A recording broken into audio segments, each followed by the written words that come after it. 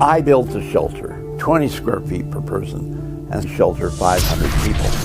This shelter is called the Ark II. My name is Bruce Beach. I am the only civilian radiological scientific officer in Canada. Let me tell you about my story.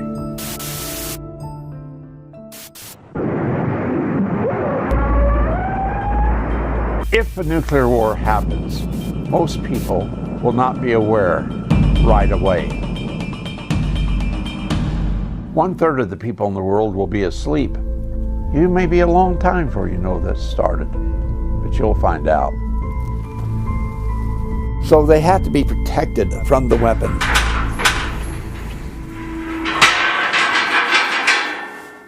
This is the most key point of a shelter.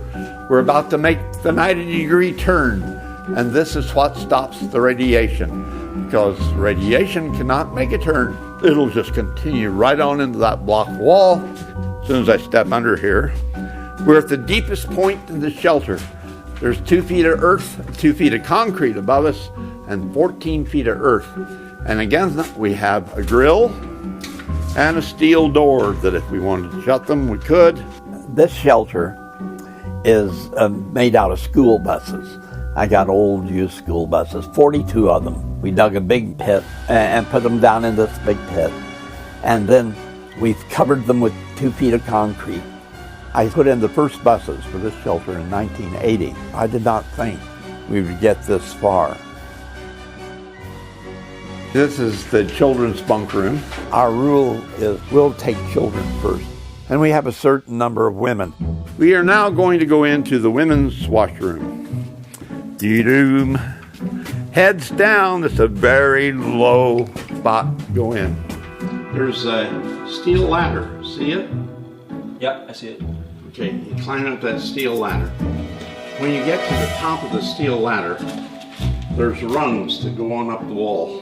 Okay. And you want to use those rungs to stand on the ladder. Okay. This is the most dangerous part.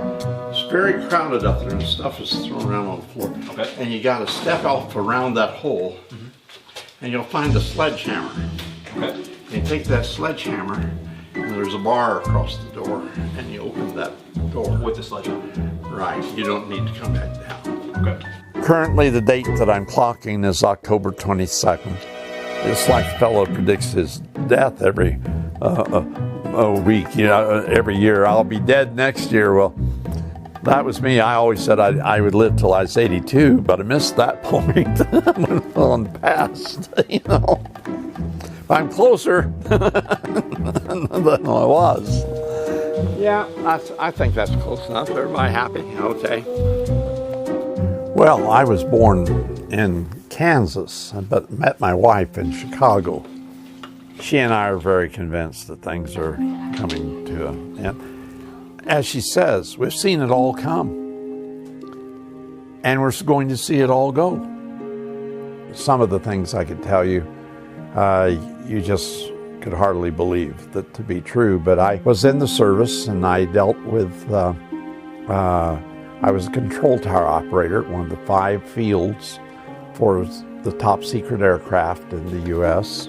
One of the things that was at a secret base, you can look this up, called Camp Century.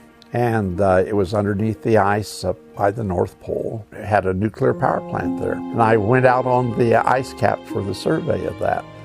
Well, I'd built 20-some shelters before this particular one. This village was built around the mills. It was called Horney's Mills. My wife's grandfather ran the mill here.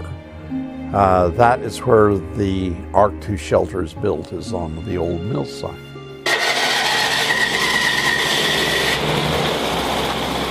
Our mission is to help society reestablish itself. This is not the end. We're not looking on all of this as being the end. This is the beginning of humanity.